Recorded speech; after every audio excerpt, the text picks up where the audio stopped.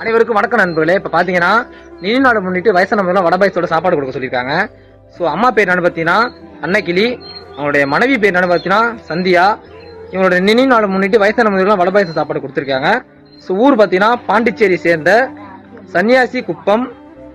ஆனந்தராஜுங்கிற அண்ணன் பார்த்தீங்கன்னா இவங்க தான் நண்பர்களே வயசானவங்களுக்குலாம் வடபாயச சாப்பாடோட கொடுக்க சொல்லியிருக்காங்க. அவங்க அம்மாவோட நினைவுனாலையும் அவங்களோட மனைவியோட நினைவுனாலையும் முன்னிட்டு வயசானவங்க சாப்பாடு கொடுக்க சொல்லியிருக்காங்க. அது மாதிரி கொடுத்துருக்கோம். மறக்காம கமெண்ட்ல வந்து எல்லாருமே வாழ்த்துங்க நண்பர்களே. அவங்க ஆத்மா சாந்தரினா அவங்க குடும்பம் எங்க இருந்தாலும் நல்லா இருக்கணும். நன்றி, வணக்கம். ஆத்மா சாந்தி அடையணும், அவங்க குடும்பம் எங்க இருந்தாலும் நல்லா இருக்கணும். சாந்தி அடையணும், உங்க குடும்பம் நல்லா இருக்கணும்.